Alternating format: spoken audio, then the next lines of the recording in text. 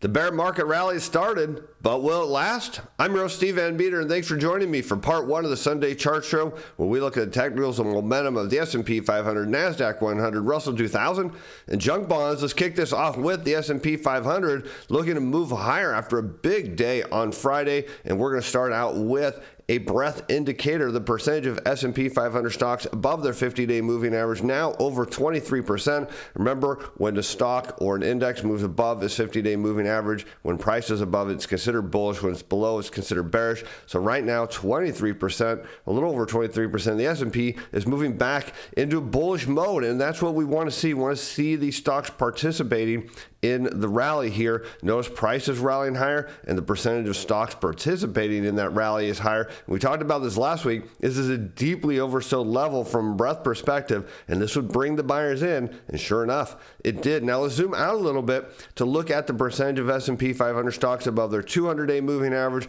which is now just below 24%. And then when we look at the 200-day moving average, this is considered, if it's above, is considered to be in a bull market, below in a bear market. So we know that a lot of stocks were in a bear market in the S&P, and we see from a participation standpoint, not quite as good, but still we want to see the trend with price going higher, and we want to see the percentage of stocks participating in that rally going higher, and that is a good sign. And historically, we knew that this was likely to get bought. I mean, if we go back and zoom out now on the percentage of S&P 500 stocks above their 200-day moving average historical chart, what do we see? At these levels or these levels thereabout, what do you notice? People come in and buy because they believe they're at the bottom of the bear market. I don't think that's quite the case in the big picture, but in the short term, it can absolutely trigger a bear market rally.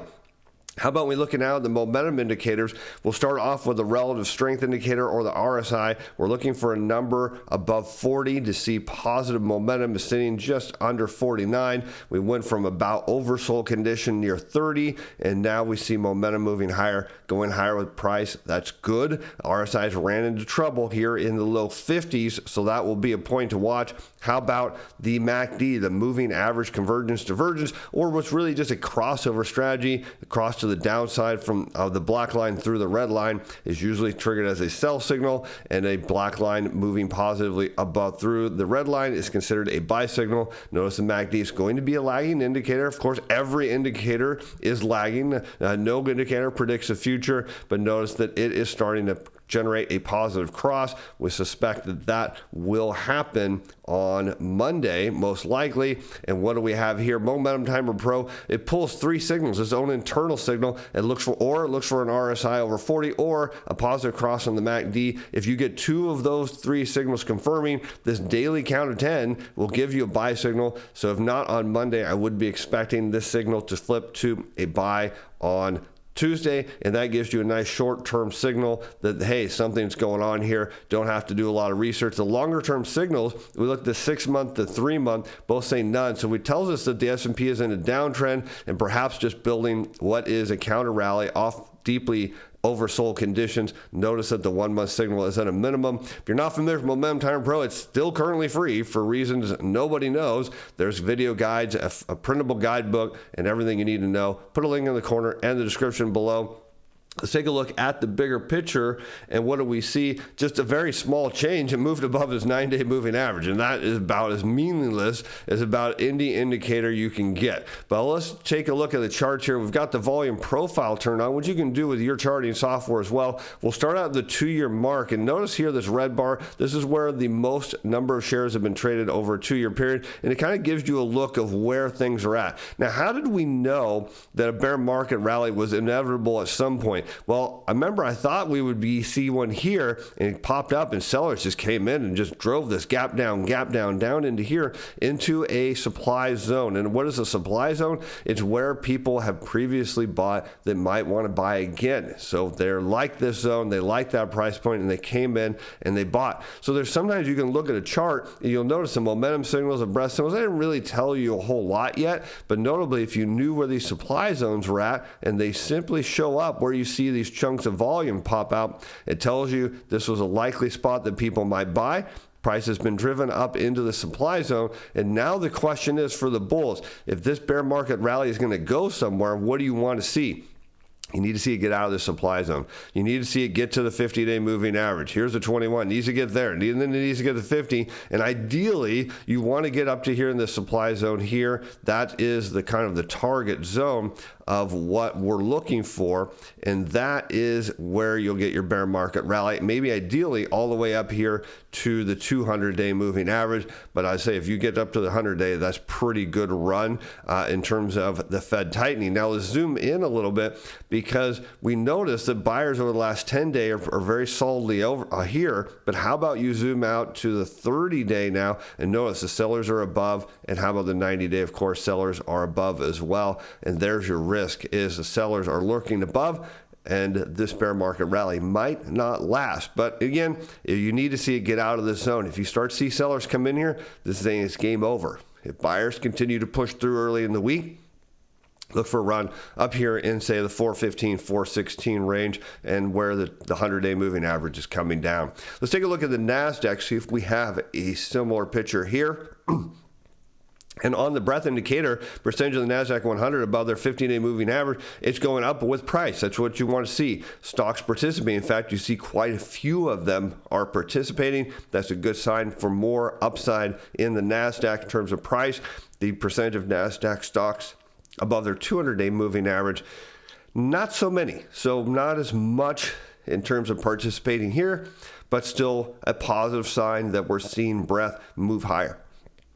From a historical perspective, of course, what do you notice? That this is a zone, we talked about this before, where people are going to buy no matter what. They're looking at this saying this is a bottom of a major sell-off or a bear market, and this is almost going to be a no-brainer buy opportunity, and that's why you're going to see these dips being bought along the way now. So if this doesn't turn out to be the bottom, don't worry, there'll be another one that people will come in and buy. How about the momentum indicators? RSI moving up, it's above 40, staying just under 51 now. That is a positive move for tech stocks looking to break through. If it can get out of this 50 range where it's kind of run into a little trouble before, that could push stocks prices up quite a bit. That would be a nice move.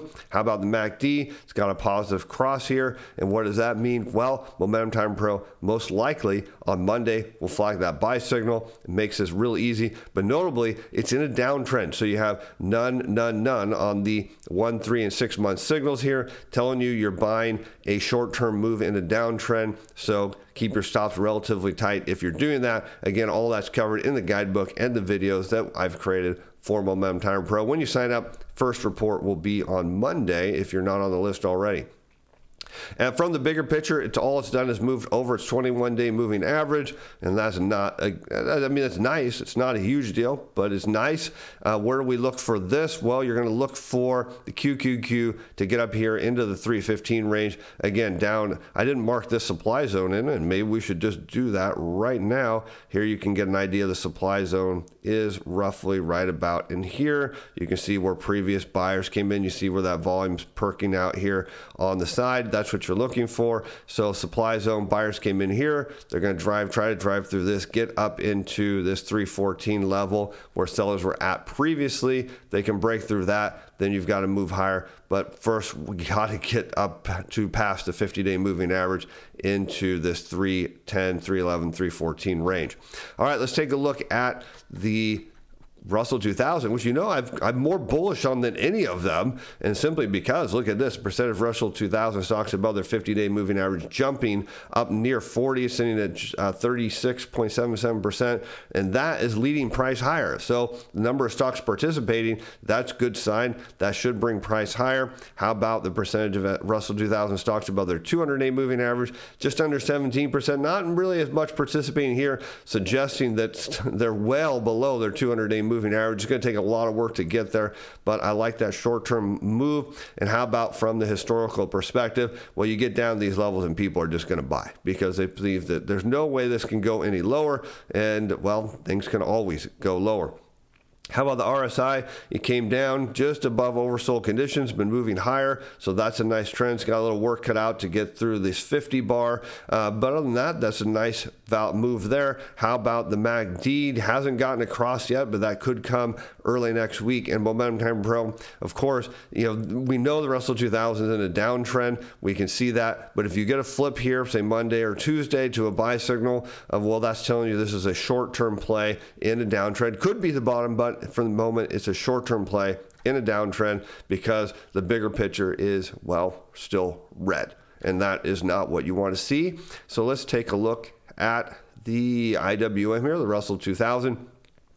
Close the gap. We talked about that last week, and now looking to make a move higher below its 21-day moving average, below the 50-day. Still got some work cut out. There's not a lot of volume traded here. So for the Russell 2000, your upside target still closer to around 200. If it can move through, of course, this 186 level, it's got some work cut out for it.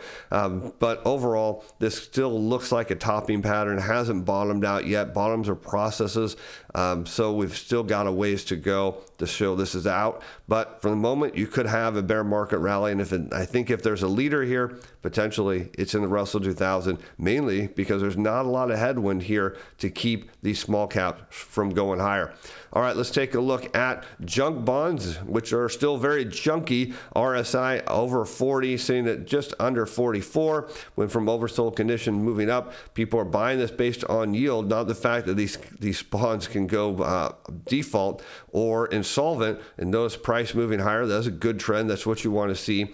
How about the MACD? Haven't gotten across yet, but coming soon perhaps, which would be nice. And how about the bigger picture? Well, it's only above its 9-day moving average, and that, as I've said before, and we'll say again, it's nearly meaningless. And let's look at HYG, and here you see this bigger picture is just absolutely ugly. And the reason people are buying it is they don't think things can get worse. The problem is if they do get worse, this thing is going to plunge way more than you've seen here. Notably, let's zoom in. And where do we see buyers over the last 10 days? And you can see that on HYG. I'll show you on IWM. There they are. And on QQQ. So it's all short-term buying.